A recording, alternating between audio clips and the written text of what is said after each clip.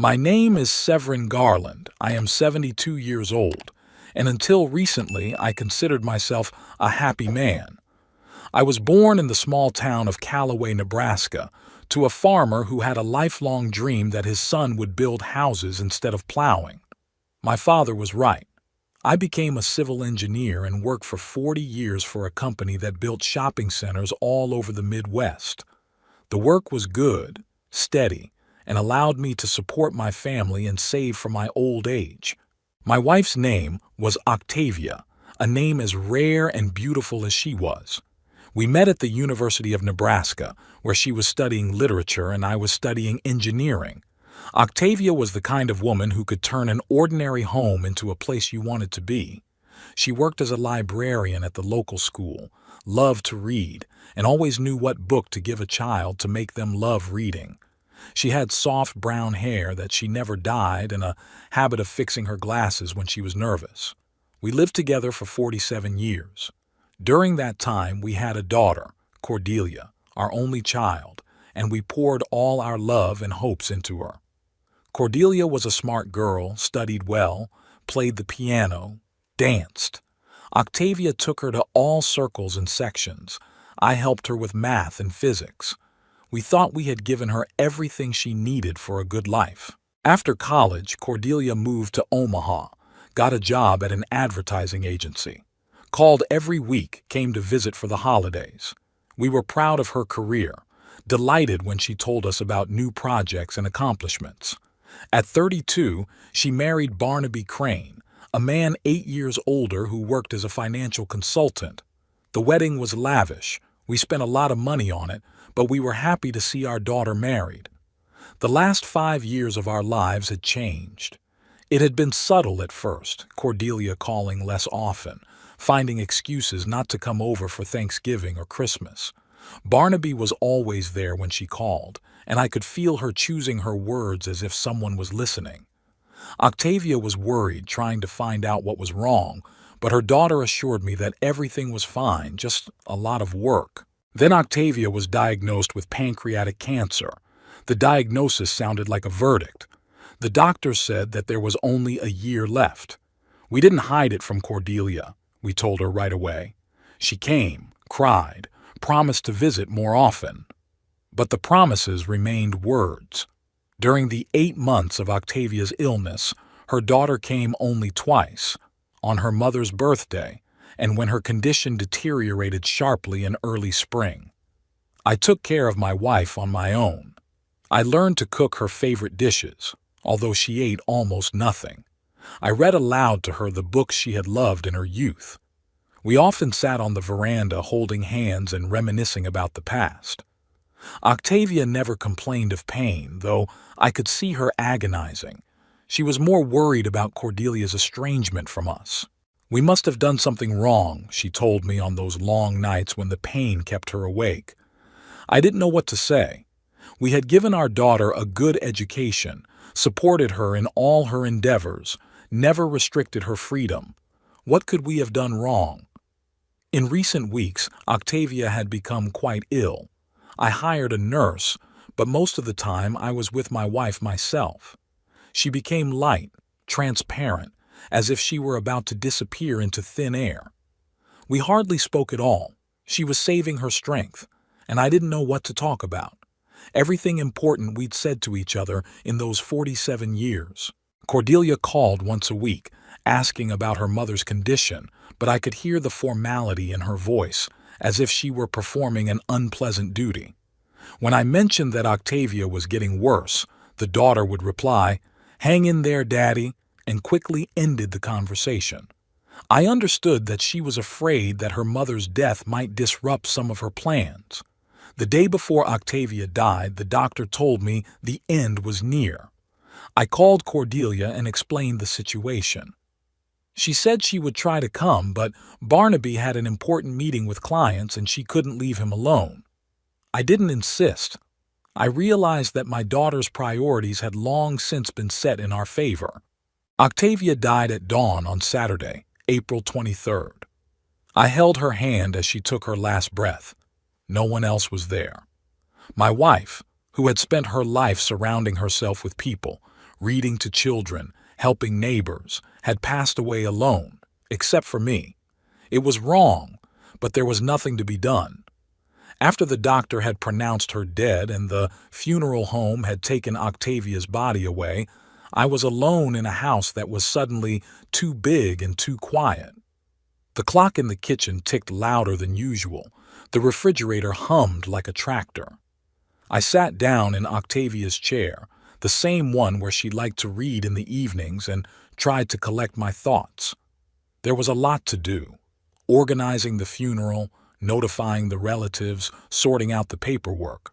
But first of all, I had to call Cordelia. I dialed her number at 10:30 in the morning. The ringing seemed endless, and I was about to hang up when my daughter finally answered. Her voice was sleepy. Apparently I'd woken her up on a Saturday. "Hi, Daddy," she said, yawning. In the background, I heard Barnaby's voice mumbling something about coffee. "Cordelia," I began, and felt my throat constrict.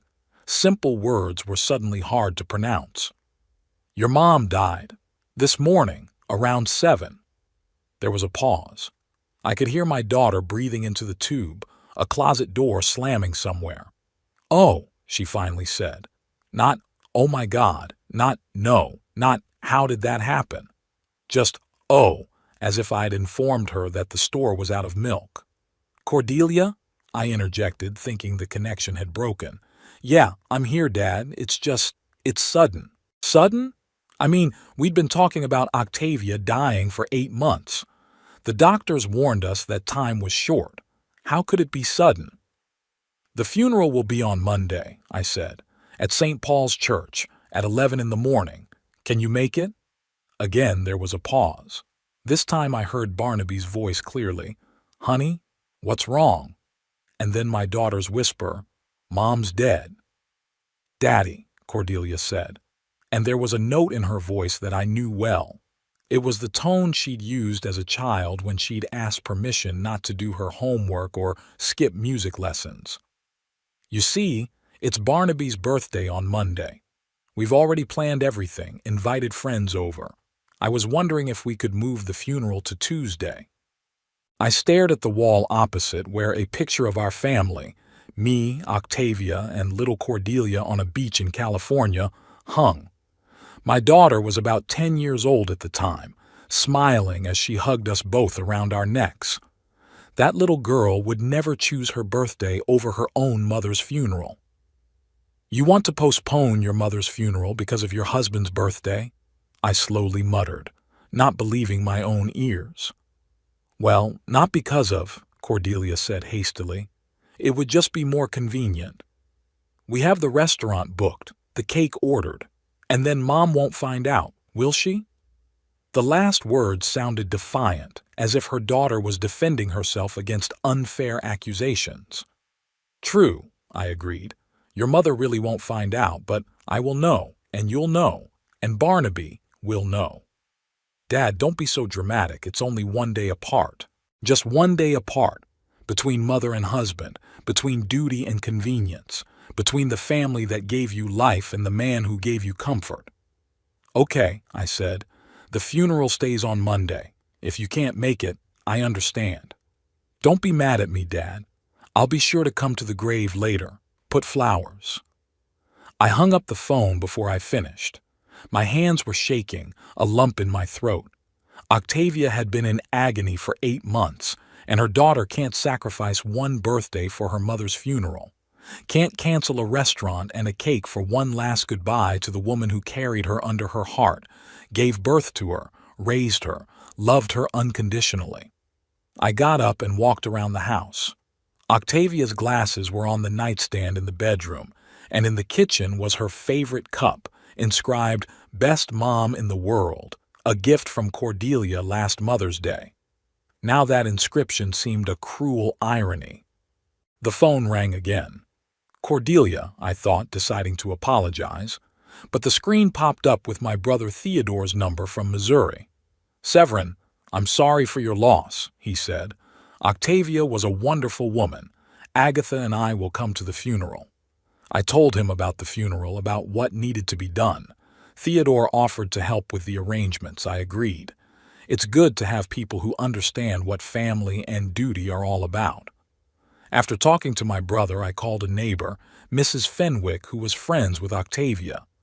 She immediately offered to help with the wake, bringing food, setting the table. Then Pastor Elwood called, offered condolences, and discussed the details of the service. People responded, offering support, all except the one who should have been there in the first place. In the evening, I sat on the porch where Octavia and I had spent the last few months and thought about how little I knew my own daughter. When did she become like this? When had she learned to prioritize so coldly and calculatingly? And why hadn't I noticed? Maybe Octavia and I did do something wrong. Maybe we spoiled Cordelia too much, didn't teach her to sacrifice her own desires for others. Or maybe it was Barnaby who gradually poisoned her mind with his values. Either way, the woman who bore and raised Cordelia would leave this world without a goodbye from her own daughter. And that was Cordelia's choice, her conscious decision. Now I had to live with that knowledge and decide what to do next. Monday was gray and rainy, just the right weather for a funeral. I woke up at 5 in the morning, unable to lie in bed, which seemed huge and empty without Octavia. I put on the black suit I'd bought for my nephew's wedding 5 years ago and put on the tie Octavia had given me last Christmas. In the mirror, I looked like an old man with gray hair and deep wrinkles around his eyes. When did I get so old? More people gathered at St. Paul's than I expected. Neighbors came. Former colleagues of Octavia's from the school library, women from her book club, couples we'd been friends with. Many worked with her in a charity that helped low-income families buy textbooks. I looked at those faces and realized Octavia had left a mark on so many people's lives. All of them took the time to see her off on her final journey. Brother Theodore came with his wife Agatha and 2 grown sons. We were not very close to him.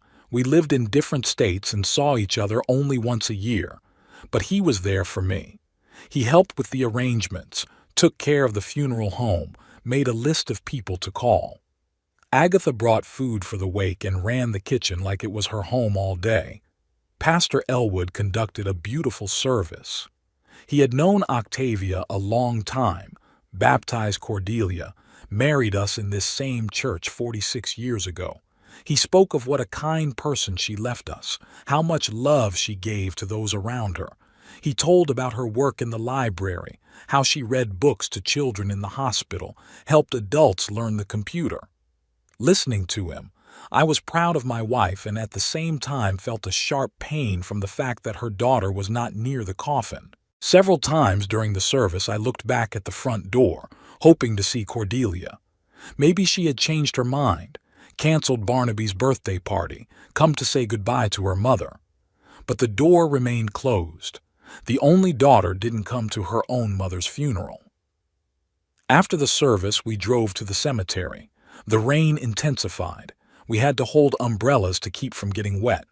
The coffin with Octavia's body was slowly being lowered into the ground next to her parents' grave. I threw a handful of earth and thought about the fact that in a few years I would be lying next to her. Would Cordelia be standing by my grave then?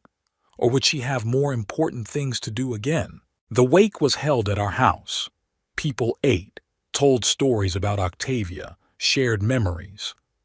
Mrs. Fenwick recalled how my wife taught her grandson to read when the boy was having trouble in school.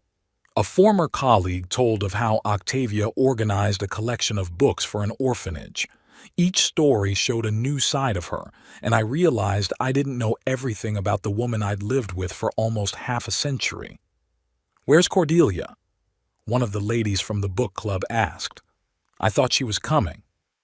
"She had business to attend to," I answered succinctly, and the woman realized it was best not to pursue the topic. By evening, the guests had dispersed. Theodore and his family stayed behind to help put away the dishes and tidy up the house. Agatha put the plates in the dishwasher and tried several times to start a conversation about Cordelia, but I responded with one-word answers. I didn't feel like discussing my daughter even with my own brother. "You know," Theodore said when we were alone in the living room, Sometimes kids disappoint. It doesn't mean we're bad parents. I looked at him. His sons had both come to their aunt's funeral, even though they lived far away and took time off work. One of them had even brought a 2-year-old he barely knew. What could he possibly understand about my situation? Cordelia didn't come to her mother's funeral, I said, chose her husband's birthday. Theodore wrinkled his nose.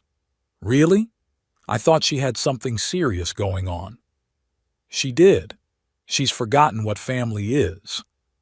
His brother remained silent. What was there to say? Some things need no comment. After they left, I was alone in the house that was now mine alone. Octavia was gone. Cordelia had shown me that she was kind of gone too. I walked around the rooms, turning the lights on and off, checking the locks.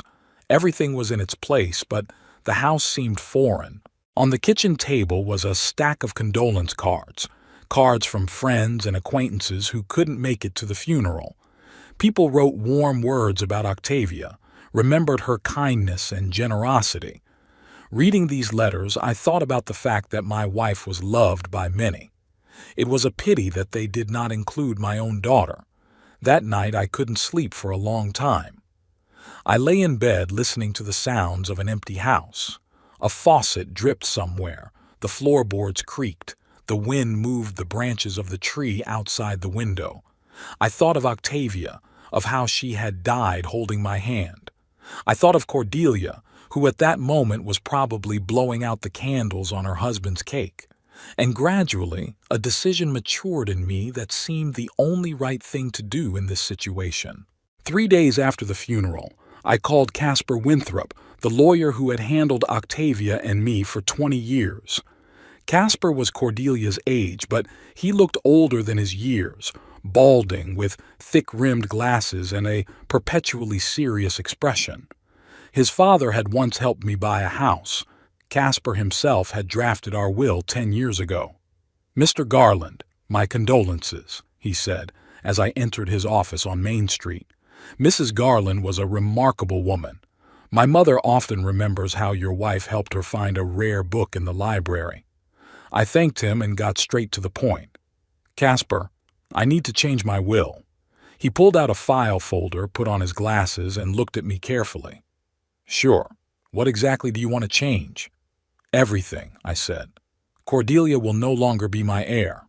Caspar set the papers aside and took off his glasses. "Mr. Garland, I understand you're going through a difficult time.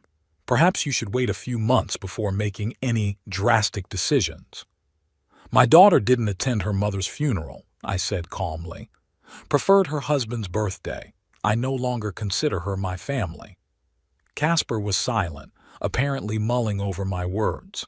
He had known our family for a long time, remembered Cordelia as a little girl who sometimes came to the office with us. "And to whom do you want to leave your inheritance?" he finally asked. I pulled a piece of paper out of my pocket where I wrote down the names of the organizations. Half of the house and money to the children's reading charity Octavia supervised. A quarter to the homeless animal shelter my wife always felt sorry for stray cats.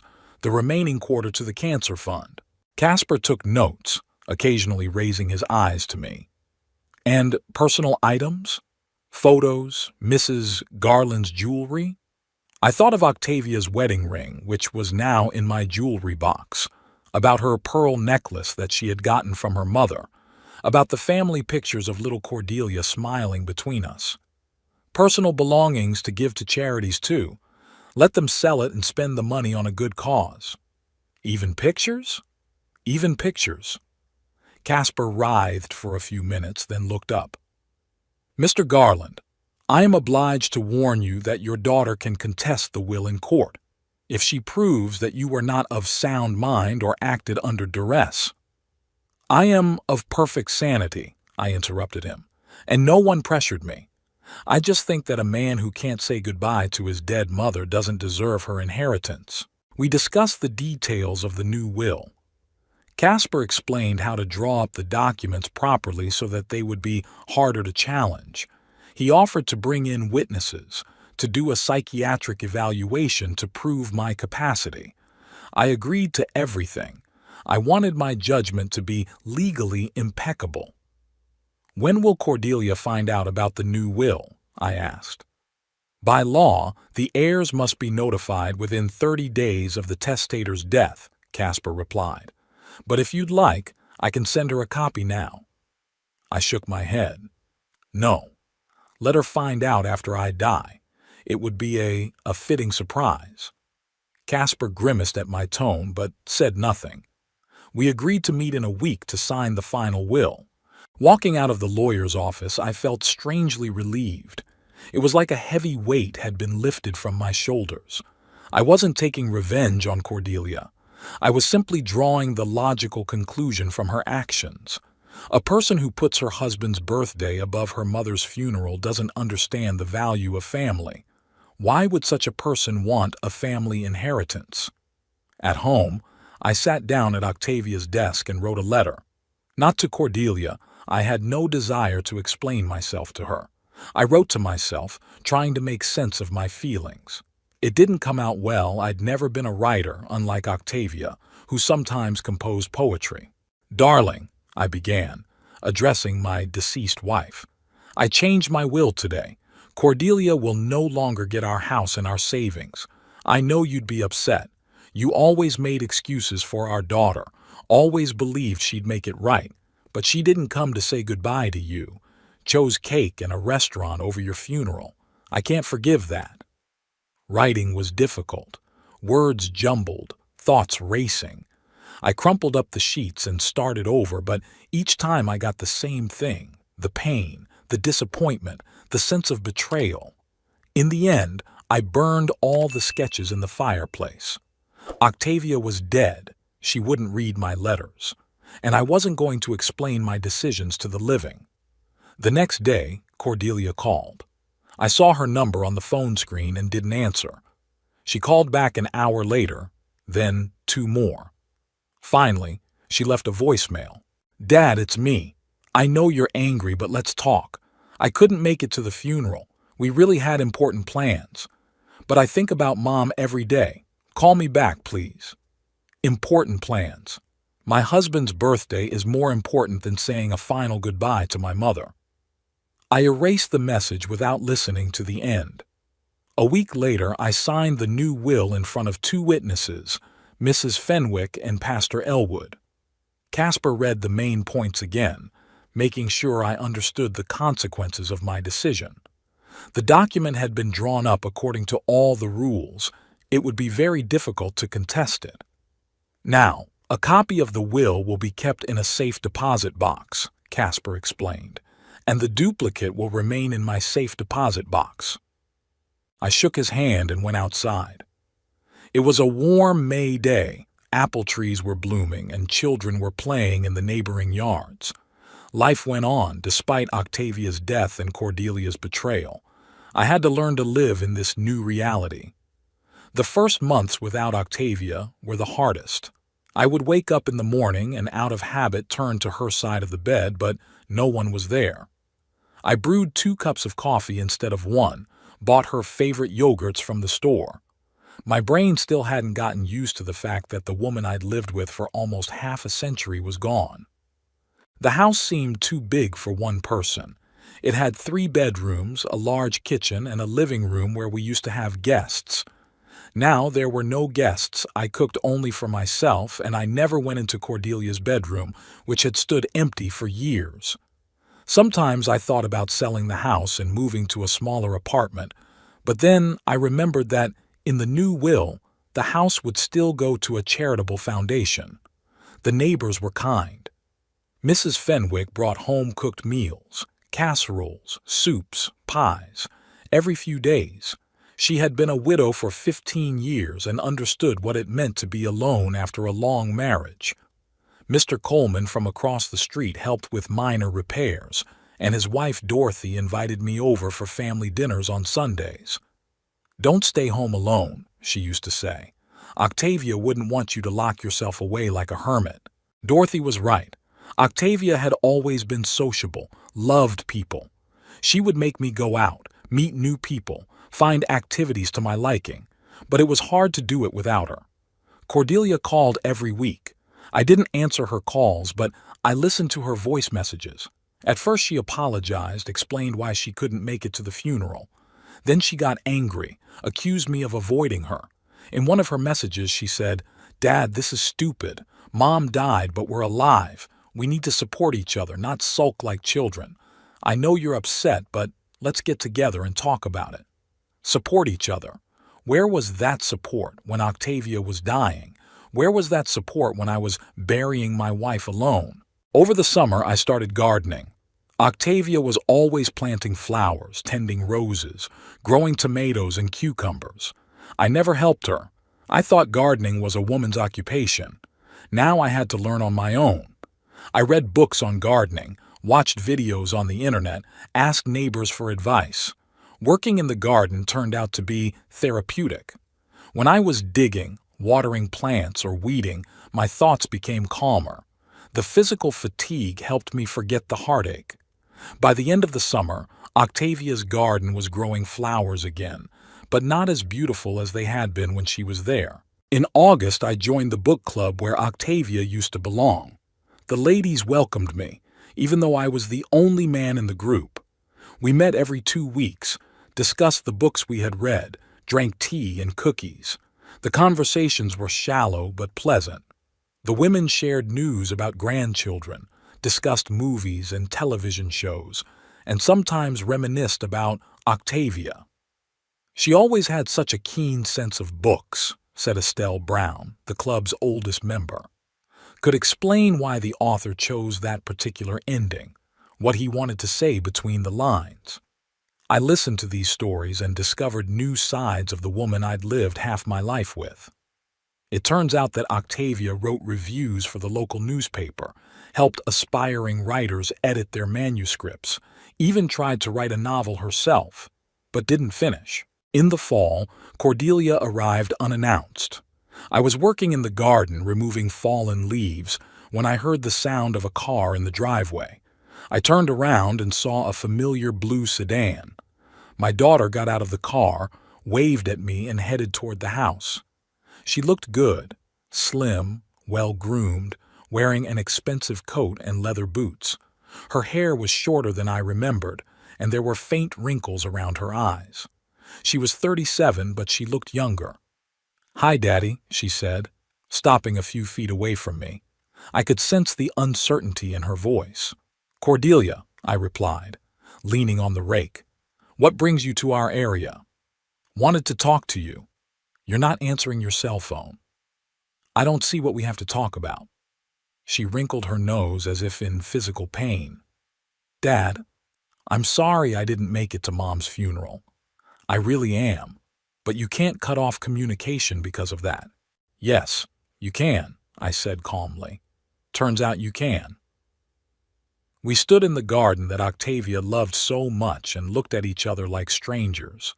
My daughter, whom I had taught to ride a bicycle, read bedtime stories to, escorted to first grade, stood before me and apologized for not attending her own mother's funeral, and I realized I couldn't forgive her. "Why don't we go inside?" Cordelia suggested. "It's cold outside." I nodded and walked toward the house without waiting for her. In the hallway, she took off her coat and hung it on the coat rack, the same place where Octavia's jacket had once hung. The gesture was so familiar, as if she still lived here. "Do you want coffee?" I asked out of habit. "Yes, thank you." I put the kettle on, pulling out 2 mugs. Cordelia walked into the living room, looking around. A lot had changed since her last visit. I'd put away some of the photos, rearranged the furniture, taken the figurines Octavia collected off the shelf. "The house looks different," my daughter said when I brought the coffee. "A lot has changed since your mother died." She pressed her lips together. "Daddy, can we finally talk normally, without these barbs?" I sat down in my chair, the same one where I spent evenings with Octavia. "Talk." Cordelia set her mug on the coffee table and turned to me. I realized what I did was wrong. I should have canceled Barnaby's birthday party and come to the funeral. But you know how he is. He doesn't like it when plans change at the last minute. I know, I agreed. Barnaby doesn't like it when something doesn't go according to his script. Don't say that. He's a good man, just organized. Organized. A good word to describe a man who wouldn't let his wife say goodbye to her dead mother. Tell me about that day, I asked. About Barnaby's birthday. Cordelia looked confused. What exactly? Everything. How the celebration went. Was he happy? She was quiet for a moment, apparently trying to figure out where I was going with this. We went to a restaurant with some friends, ordered a cake. Barnaby got presents: a watch from me, a golf book from Jeremiah, a bottle of whiskey from Stuart. Just an ordinary birthday. And were you happy? What do you mean? Just answer. Were you happy the day your mother was buried? Cordelia turned away to the window. It was starting to get dark outside. The streetlights were being turned on. I've been thinking about Mom. All day long I've been thinking about her. But she didn't come. She didn't come, she repeated quietly, and I regret it. Do you regret not coming, or do you regret that I'm angry with you? The question sounded harsher than I'd planned. Cordelia turned to me and I saw tears in her eyes. I wish I hadn't come, she said. I really do, Daddy, if it were possible to get that day back. But you can't. You can't, she agreed. But you can fix things between us. We're a family. Family. The word sounded strange in her mouth. When was the last time she'd acted like family? When she didn't call out of courtesy, but because she missed you. When had she come over just to spend time with her parents?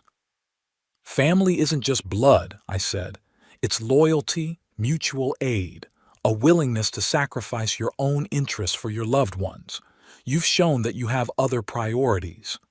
I have a husband, a life of my own. That's fine. That's fine. But then don't talk about family. Cordelia stood up and started pacing the room. What do you want me to do, Dad? For me to divorce Barnaby, move in with you, devote the rest of my life to you? I want you to be honest, with yourself and with me. I am honest. Then tell me, if I died tomorrow and Barnaby had an important client meeting the day after tomorrow, would you come to my funeral? The question hung in the air. Cordelia stopped in the middle of the room and stared at me. I could see her thinking, weighing the answer. And that was the best characterization of our relationship. A daughter couldn't answer offhand whether or not she'd come to her father's funeral. Of course I would come, she finally said, but her voice sounded unconvinced. Of course, I repeated, like you came to your mother's funeral. She sat back down, covering her face with her hands. Dad, I don't know what to say. Yes, I did wrong, but people make mistakes. Some mistakes can't be undone. So, you'll never forgive me? I looked at my daughter, a grown woman who was crying in her late mother's chair. Cordelia, whom Octavia and I had loved so much, whom we had given the best years of our lives to, who had grown up to be a stranger. I'll forgive you, I said, when you realize exactly what you've done. I understand. No. You understand that I'm angry. They're different things. Cordelia spent another hour trying to convince me to resume communication. She talked about her job, her future plans, how Barnaby had gotten a promotion. I listened politely, answering one-word answers. Finally, she realized the conversation had reached a dead end. I'll go, my daughter said, getting up. But I'll call and come over. Sooner or later, you'll thaw out.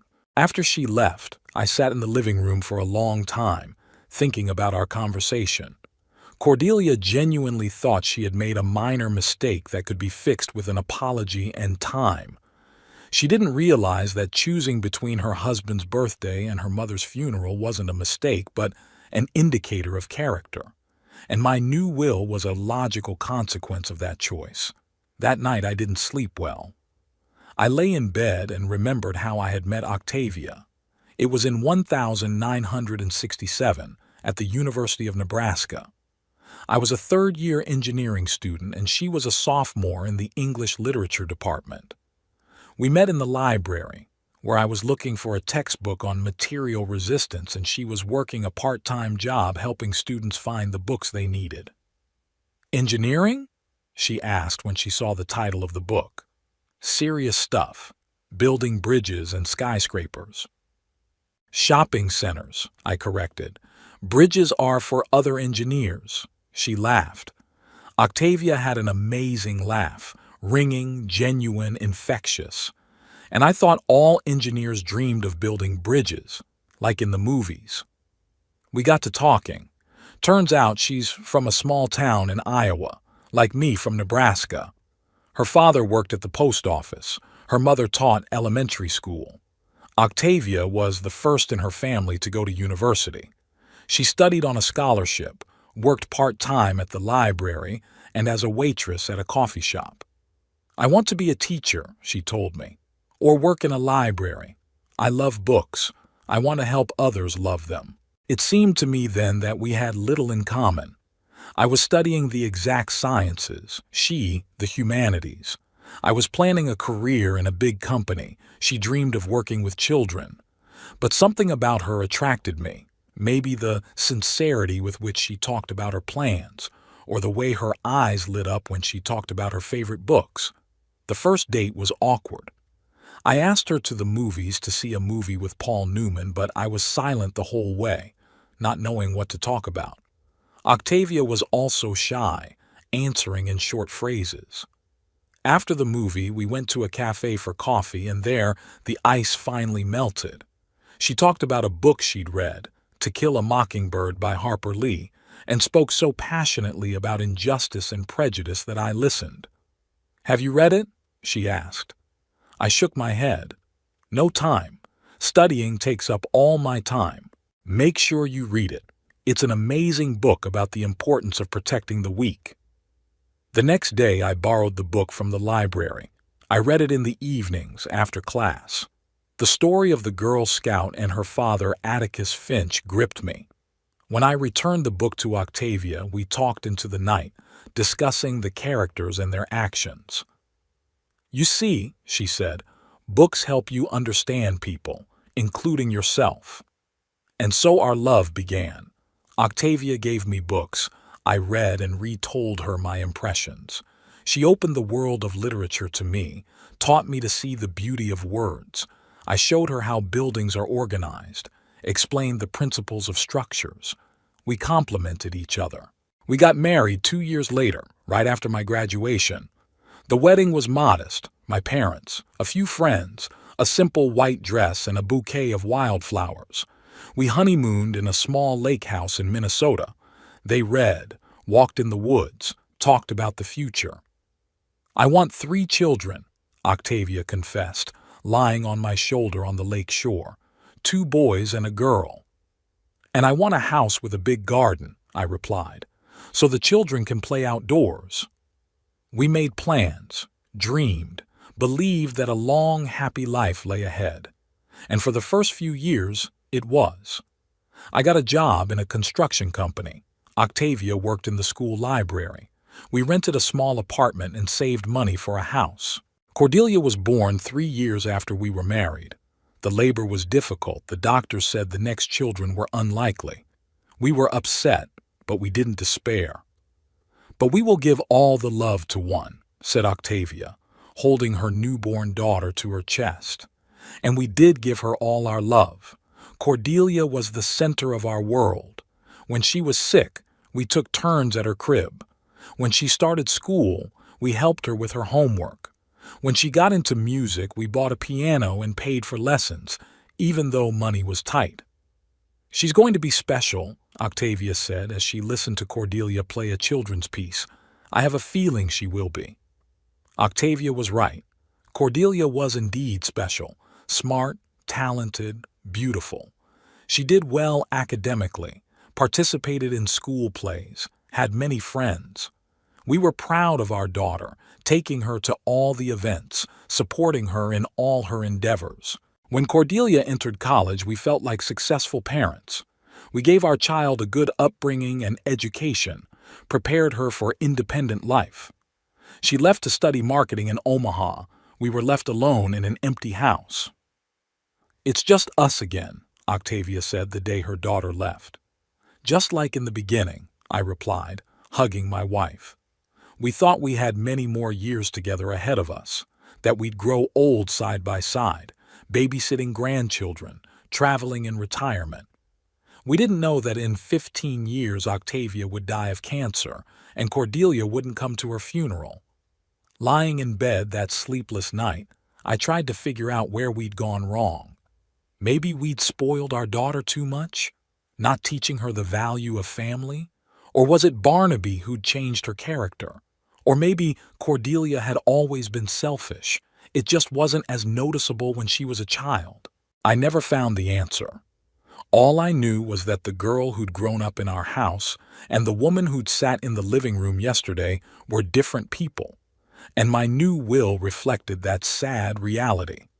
Barnaby Crane came into Cordelia's life just as Octavia's first health problems began. That was 4 years ago. Her daughter was 33, working at an advertising agency and renting an apartment in a nice neighborhood in Omaha. She'd had relationships with various men before, but nothing serious. Octavia and I were beginning to worry that daughter would stay single like this. "Met an interesting man," Cordelia reported in one of our weekly phone conversations. "Name's Barnaby, works as a financial advisor, very smart and successful." Octavia rejoiced. "When are we going to meet him?" "Soon," her daughter promised. "He works hard, but I'll be sure to bring him around." Barnaby did work hard. When Cordelia finally brought him to us, it was clear why. He was the kind of man for whom money was the main value in life. Tall, thin, with neatly cut hair and an expensive suit. He spoke quickly and assertively, often mentioning prices, salaries, the value of various things. "Beautiful house," he said as he entered our living room. "What year was it built?" "What's the market value now?" I answered reluctantly. I didn't like it when strangers appraised our house as a commodity. Over lunch, Barnaby talked about his work, helping people invest money, plan for retirement, buy insurance. All the conversations revolved around finances. When Octavia tried to talk about books, he politely replied that he only read professional literature. "No time for fiction books," he explained. "One has to keep abreast of changes in the market." Cordelia listened to him with admiration. It was evident that she was proud of her man, of his knowledge and success, but it seemed to me that she had become somewhat artificial around him, choosing her words more carefully, laughing at his jokes that weren't funny, agreeing with his opinions even when they contradicted her earlier views. "Barnaby says public school work is a dead end," Cordelia said when Octavia talked about the new children's reading program. "Private companies pay a lot more." Octavia looked at her daughter in surprise. "But it's not just about the money, is it? Working with children is satisfying." "Satisfaction doesn't pay the bills," Barnaby interjected with a condescending smile, though, of course, everyone chooses their own priorities. There was a sense of superiority in his tone of a man who considered money the only measure of success. Octavia fell silent, and I saw her lips quiver. My wife has spent her life helping children to love reading, putting her heart into her work, and this man actually called her profession worthless. After they left, Octavia was silent for a long time. We were washing dishes in the kitchen. She mechanically wiped the plates with a towel. "What do you think of Barnaby?" she finally asked. I chose my words carefully. "He's determined. I think he looks at Cordelia as a beautiful thing. You know how people buy an expensive car not to travel, but to impress." Octavia was perceptive. I, too, noticed the way Barnaby showed off Cordelia, talking about her accomplishments at work, boasting about her looks, mentioning how much money she made. It was as if she was his investment portfolio. In the following months, the changes in his daughter's behavior became more noticeable.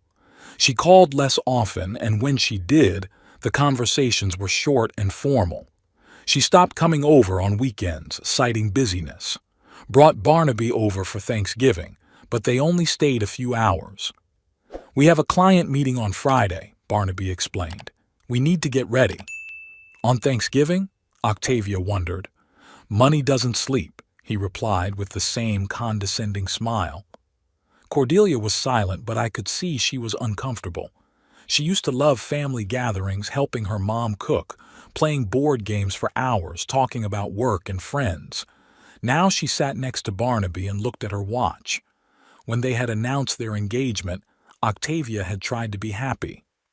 "The important thing is that Cordelia is happy," she told me in the evenings. But I could hear the anxiety in her voice. The wedding had cost us a lot of money. Barnaby had insisted on an expensive restaurant, fresh flowers, a professional photographer. "A wedding is an investment in reputation," he explained. "Clients look at things like that." Cordelia wanted a more modest ceremony, but relented. I remember her standing there in her $30,000 wedding dress looking more anxious than happy. Barnaby acted like a director all day, telling the photographer where to shoot, organizing the guests, checking the bills. After the wedding, our relationship with our daughter became even more strained. Barnaby bought a house in an upscale neighborhood. They made new friends in high society.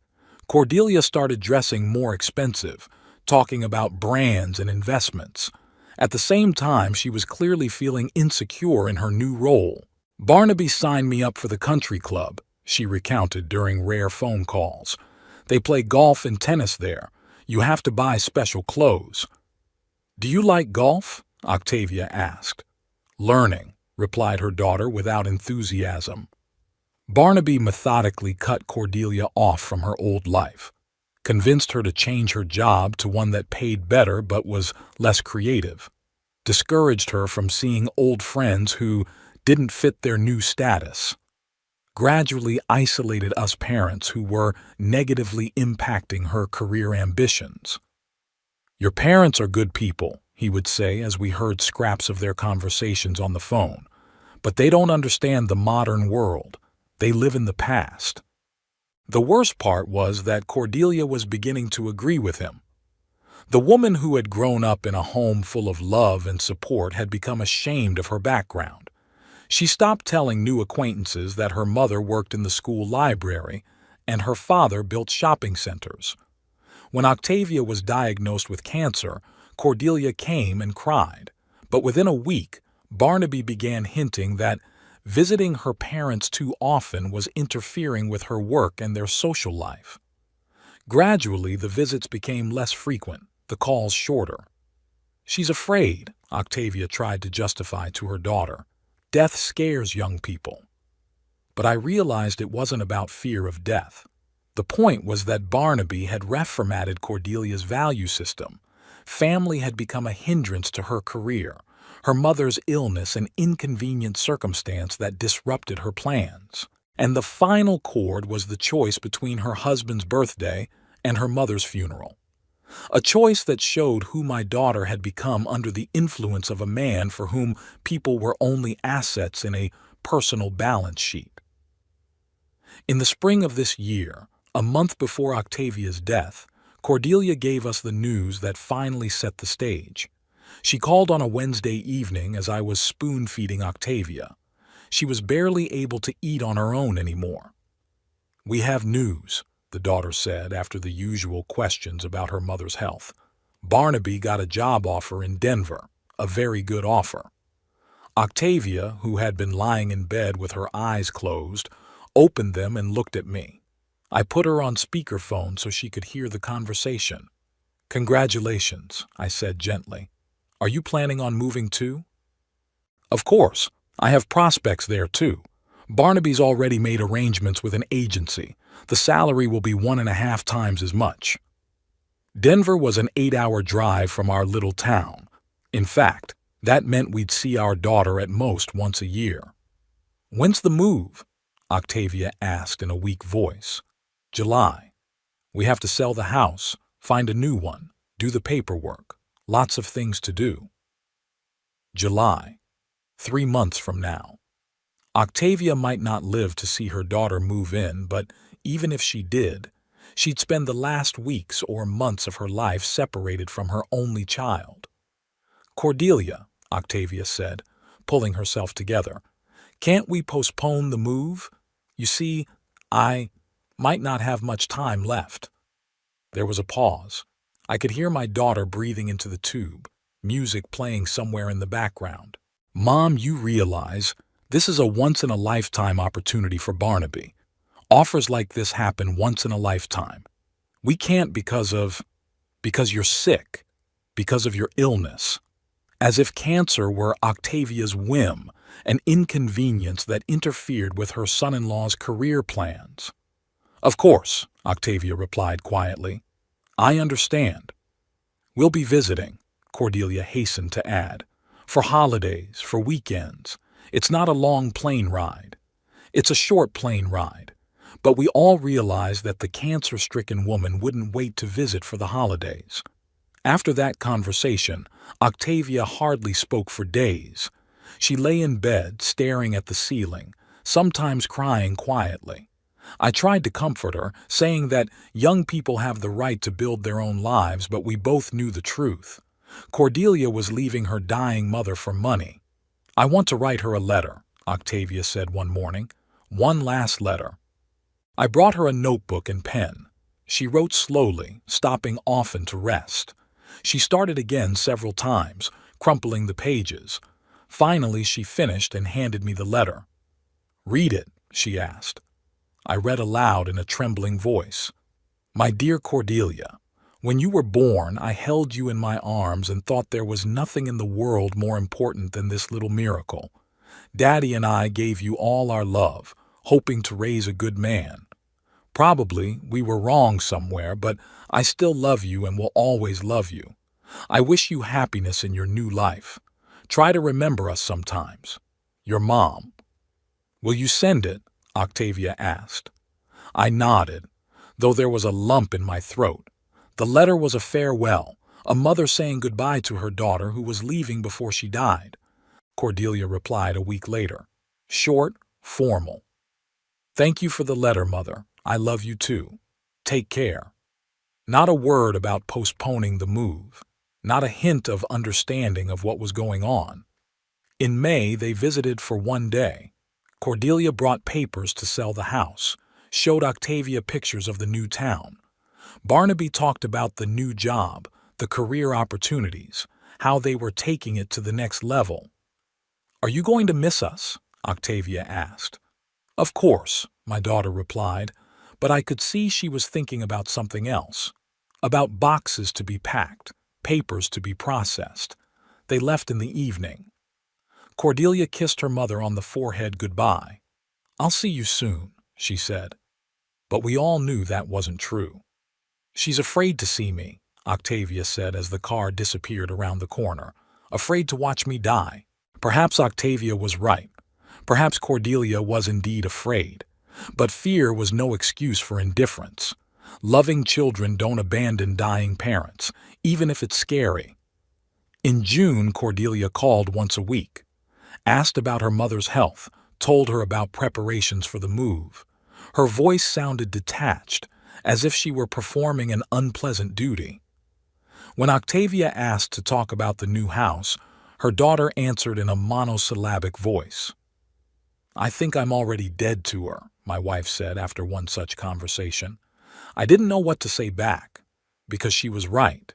Cordelia had mentally buried her mother already, cut her out of her new life. Physical death was just a formality, and when that formality came, the daughter predictably chose cake over a coffin, chose the future over the past. She chose Barnaby over her mother.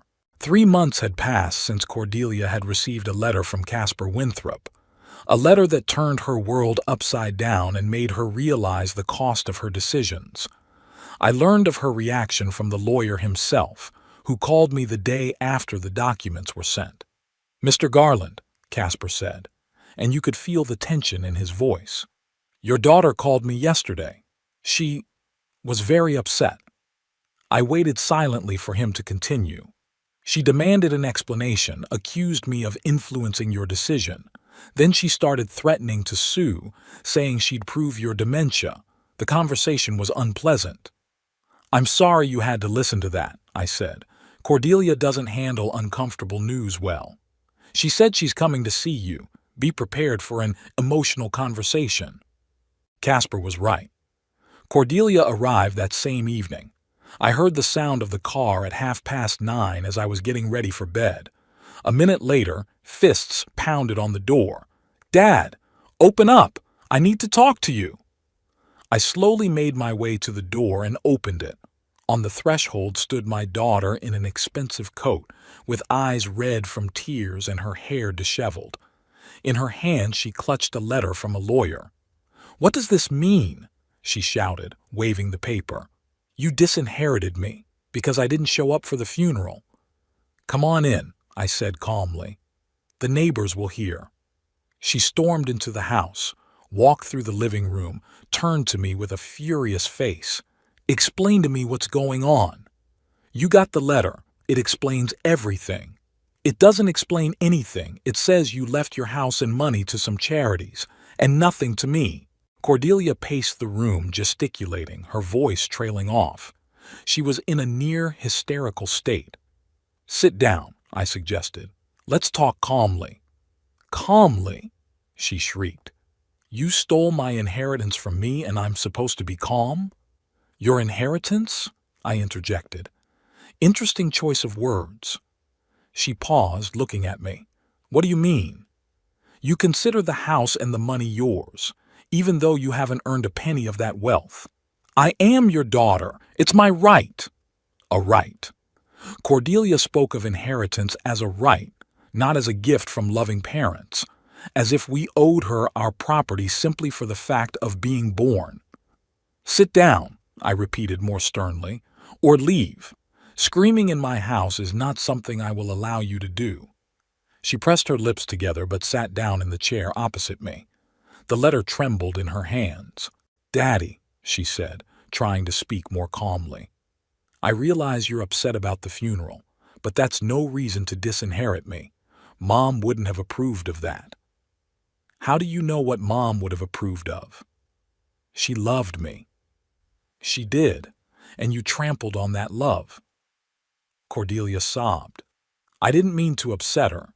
It's just circumstances were unfortunate." Circumstances were unfortunate. Amazing wording to describe the choice between her husband's birthday and her mother's funeral. "Tell me about the circumstances," I asked. "What prevented you from coming to the funeral?" She faltered. "Well, it was Barnaby's birthday. We planned it in advance, booked a restaurant." "So? You couldn't cancel?" "Important people were invited. Barnaby's clients, co-workers. If we'd canceled at the last minute..." "So what? Barnaby would have lost clients." "Possibly. He says that in his business, reputation is everything." Reputation. So Barnaby's reputation was more important than the memory of his dead mother. "And your reputation?" I asked. "As a daughter?" Cordelia lowered her eyes. "Mom was already dead. She didn't care." "And I cared. And the people who came to say goodbye to your mother cared. They asked where you were." "What did you tell them?" "That you had things to do." We were silent. The wind was howling outside the window, a clock ticking somewhere in the house. Cordelia wiped her tears with the back of her hand. "Daddy," she said finally, "I know what I did was wrong, but you can't take everything away from me because of one mistake." "One mistake?" "Well, maybe a few mistakes." She still didn't realize the magnitude of what had happened.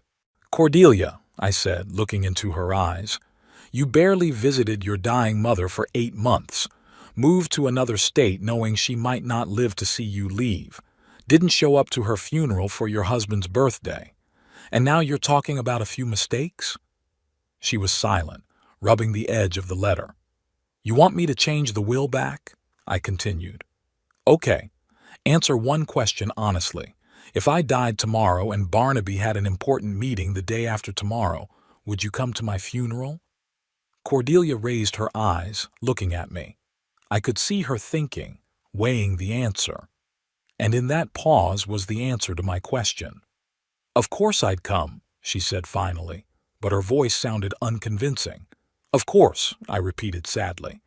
Like you came to your mother's funeral. Cordelia spent another 2 hours in the house trying to convince me to change the will. She cried, begged, promised to make it right. Then she made threats, said she would go to court, prove my dementia, challenge the documents. I listened in silence, nodding occasionally. Do you realize you're depriving me of my future? She shouted. Barnaby and I were counting on that money. We were planning to buy a bigger house, have kids. Planning to buy a house with my dead grandmother's money. To have kids with Grandpa's inheritance. For Cordelia, Octavia and I were not parents, but a source of funding. What if I told Barnaby the truth? She said suddenly. That you disinherited us? He might want a divorce. I looked at my daughter, a grown woman who was afraid her husband would leave her for money. So what? Wouldn't that show what kind of man he is? He's good. Just practical. Practical. A good word to describe a man who married a woman for her future inheritance.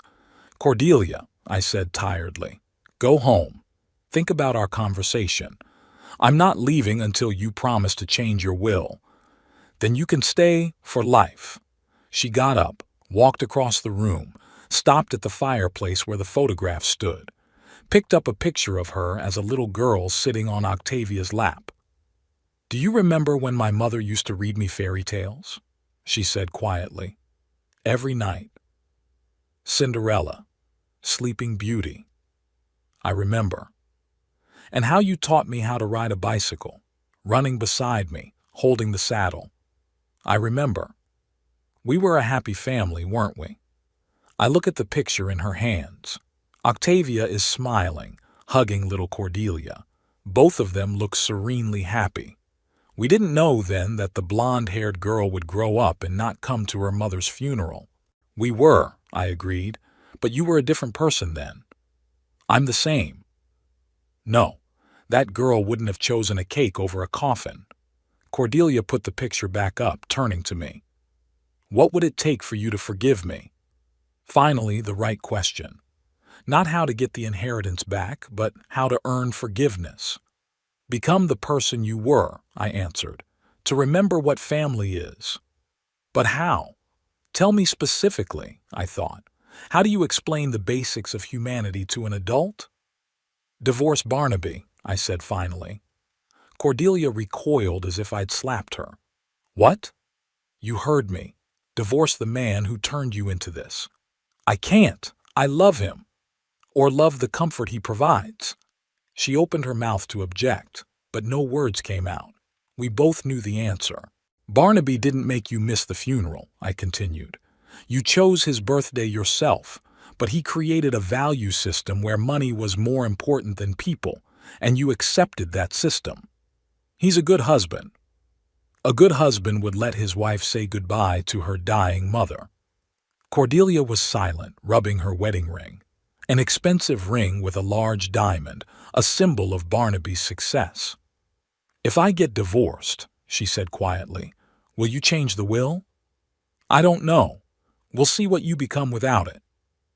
And if I don't get divorced, then you'll be left with what you have, with a husband who values you as an asset and no parental blessing. She hesitated. I could see the calculation going on in her head. How much the divorce would cost, how much she would lose in property division, how much she could get from the inheritance. Even at this moment she was thinking in numbers as Barnaby had taught her. I need time to think, Cordelia said finally. You have time. I'm not going to die in the next few days.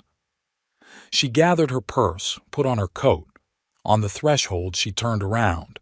Dad, what if I just visit more often? Call every day, help around the house. It wouldn't help. It's not about visiting more often. What is it about? It's about who you are, and as long as you're Barnaby Crane's wife, you're not my daughter. She left without saying goodbye. I heard the car start as she drove off into the night. Perhaps forever. The next day I got a call from Barnaby. His voice sounded strained but polite. Mr. Garland, I need to talk to you. Go ahead. Cordelia told me about the will. I think we can find a compromise. Compromise. The word sounded like a business proposal in his mouth. What kind of compromise? I asked. You see, we're willing to change a few things. Cordelia will visit you more often. We can help with the house, with the garden, maybe even move back to Nebraska if it would help restore family relations. Barnaby spoke with the tone of a businessman offering a deal. Visit his father in exchange for an inheritance. Move to another state for money. And what are you personally willing to change, Mr. Crane? I asked. A pause. What do you mean? You wouldn't let your wife say goodbye to your dying mother for your own birthday. What are you willing to do to remedy that? I didn't forbid Cordelia to go, he answered cautiously. It was her decision. Under your influence. Mr. Garland, I understand you're upset, but let's be practical. You can't change the past. You can only build the future. Practical. He was suggesting I be practical about his wife missing her own mother's funeral. The future has already been built, I said. Cordelia made her choice. I made mine. But we can talk things over, find a solution that will suit everyone. I hung up. Barnaby called twice more, but I didn't answer. There was no point in talking to a man who thought his mother's death was a bargaining chip. A week later, Cordelia came again. She didn't look well, gaunt, with dark circles under her eyes. She sat down in the living room, silent for a long time. I spoke to the lawyer, she said at last. He said that the will is competently drafted. It would be very difficult to contest. Casper is a good specialist. He also said you had a psychiatric evaluation, confirmed your capacity. Confirmed. Cordelia sighed. So you really did think this through beforehand. This isn't an impulsive decision. No. Dad. She started and fell silent. Then she tried again. I've been thinking about what you said, about the divorce. I waited, not answering. If I divorce Barnaby, is that a guarantee you'll change the will? No. She looked at me in surprise. No? Divorce is only the first step. You have to figure out what you'll become without it. What if I become the right person, but you still won't change the will? Then at least you'll be the right person. Cordelia hesitated. So I'm not supposed to change for the money, but for me? You're finally starting to understand. She stood up, walking across the room. It's hard. I've been living differently for 4 years now. I've gotten used to a certain standard of living, to people, to ways of thinking. Used to putting money before people. Yeah, she agreed quietly. I guess so. The first honest admission in a long time. Barnaby's very upset, Cordelia continued. Says that if I don't resolve the inheritance issue, it will affect our marriage. Is he threatening divorce? Not directly, but he's hinting. And how do you feel when he says that? Cordelia paused at the window, looking out at the garden where I was trying to keep Octavia's flowers alive. Fear, she admitted. Fear of being alone. No money, no status, no familiar life. And love? Love of what? Do you feel love for a husband who threatens to leave you for money? A long pause. I don't. I think I've forgotten what love is. It was the most honest thing Cordelia had said in all our conversations. Mom loved you, I said, unconditionally, without demands, without conditions, even when you disappointed her. I know. And I loved, up to a point. And now? I looked at my daughter, a woman lost in someone else's values and trying to find her way home. Now I'm waiting to see who you become, I said, whether my daughter will return or forever be Barnaby Crane's wife. It's been 6 months since that conversation. It's March. The snow is melting outside my window, and the first sprouts of the tulips Octavia planted in the garden are sprouting. I sit at her desk and write these lines, not for anyone, but for myself, trying to make sense of what has happened to our family. Cordelia divorced Barnaby in December. The process was painful. He took half of their joint property, including a house in an upscale neighborhood. The daughter was left with a small apartment and some of her savings. For a woman who had lived in luxury for 4 years, it was a shock. For the first few months after the divorce, she called me every week, not asking for money, not mentioning the will. She just told me about her new life. Got a job at a small ad agency, half the salary of her old job. Moved to a modest neighborhood, learned to cook home-cooked meals instead of going to restaurants. "You know, Dad," she said in one conversation, "I forgot what it was like to live simply, to buy groceries by counting money, choosing clothes not by brand but by comfort." There was no self-pity in her voice. It was more like wonder, like she was rediscovering the world. In January, Cordelia came to Octavia's birthday party. She brought a bouquet of tulips, her mother's favorite flowers, and placed them on her grave. We stood side by side in the snow-covered cemetery, and the daughter quietly told her mother about her life. "Forgive me," she said to the headstone. "I'm sorry I wasn't there for you when you were dying. I'm sorry I didn't come to say goodbye. I was a different person then, a bad person." I listened and thought about the fact that this was the first time in a long time I'd heard sincere remorse from my daughter. A week after that visit to the cemetery, I called Caspar Winthrop. "I want to change my will," I said. "To give everything back to the daughter?" The lawyer clarified. "No, split it in half.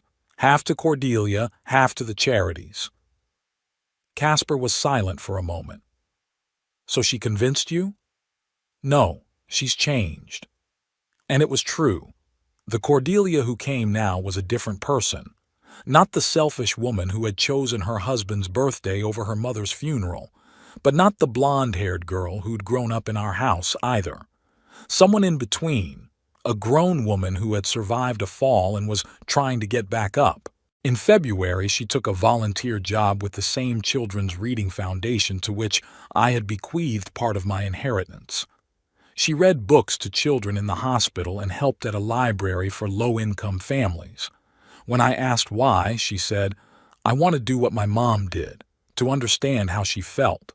I didn't tell my daughter about changing her will.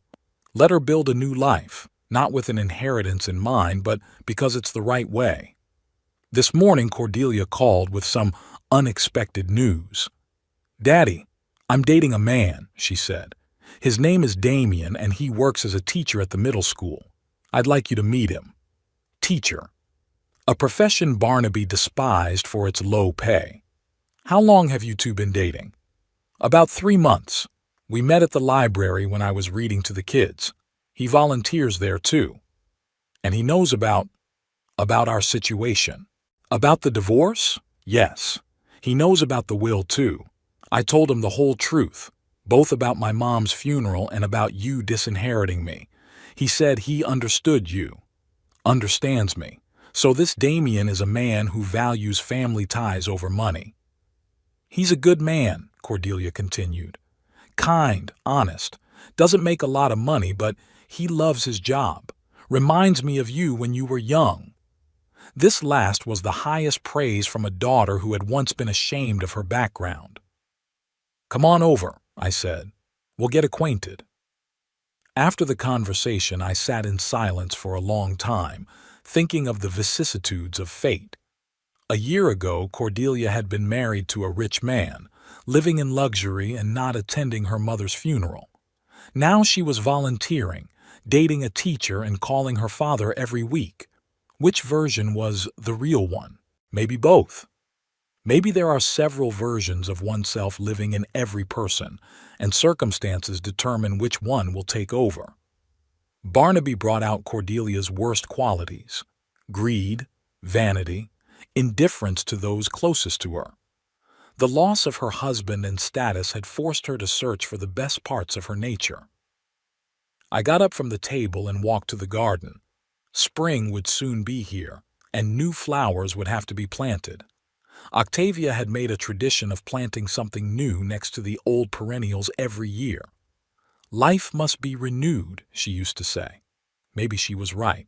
Maybe families need to renew themselves too, to forgive mistakes, to give second chances, to believe in people's ability to change. Octavia always believed in the best in people. Even in the last days of her life, she justified Cordelia, hoped she would be reformed. Standing in the garden among the barely budding sprouts, I made a final decision. When Cordelia arrived with her teacher, I would tell her about the new will, that she was my daughter again and therefore entitled to part of the family inheritance. But not all of it. The other half will go to charitable foundations, as a reminder that money should serve people, not the other way around. It would be a lesson Cordelia would remember for the rest of her life. The sun was shining brighter, the snow was melting faster. Spring was coming to our little town in Nebraska, bringing with it the hope of renewal. And I felt, for the first time in a long time, that our family had a future. Octavia would be pleased. Her daughter had finally come home. It's been a year since I wrote this story. I'm now sitting on the same veranda where I spent the last few months with Octavia, looking out at the garden which has blossomed again. Cordelia comes every weekend, helping to tend her mother's flowers. We work in silence, each of us thinking about our own things, but the silence is no longer burdensome, it's healing. Damien turned out to be exactly as I'd imagined him from my daughter's stories.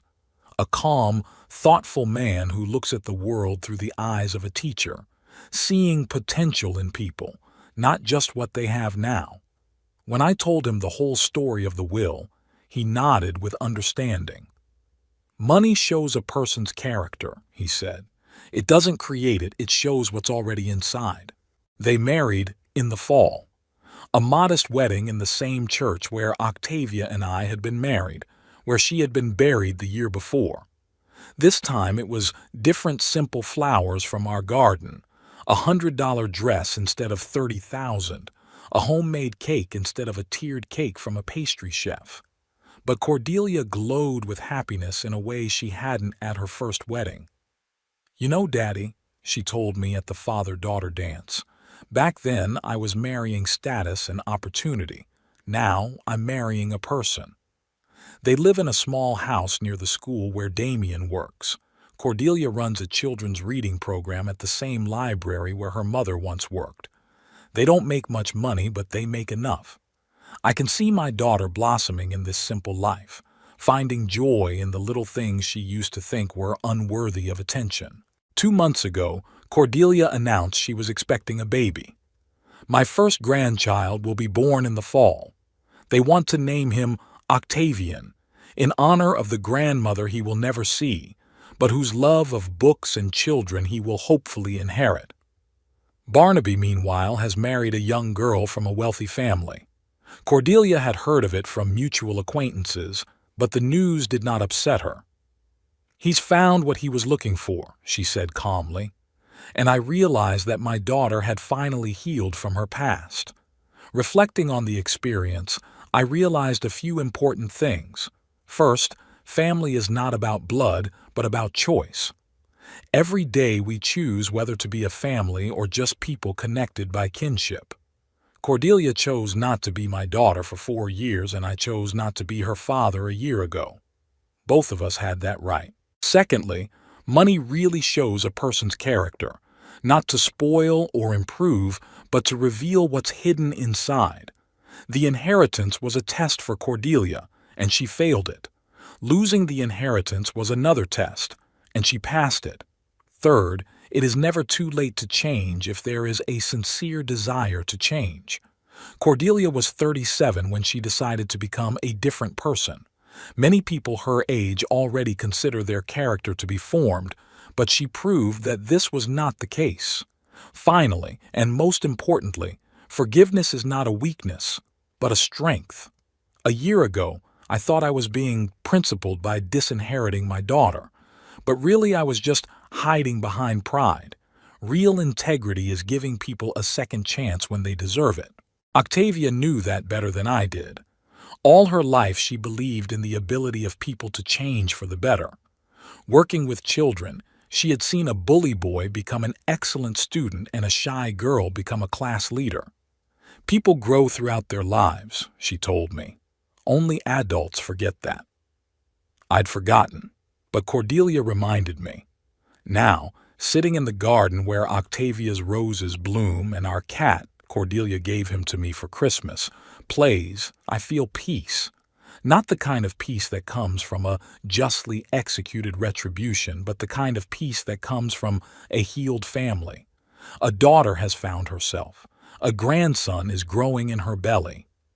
The money Octavia and I have saved all our lives will go to the continuation of the family and to the people who need it. The circle has closed just right. Sometimes in the evenings, as the sun sets behind our neighbors' houses, I think of Octavia sitting next to me on the veranda, not as a ghost, but as a memory of love surviving death, family surviving betrayal, and hope surviving despair. My wife was right. People are capable of change. And families, too, are capable of resurrection if there is patience to wait and wisdom to forgive. The story ended well. Not the way I had planned a year ago, but the way it should have been.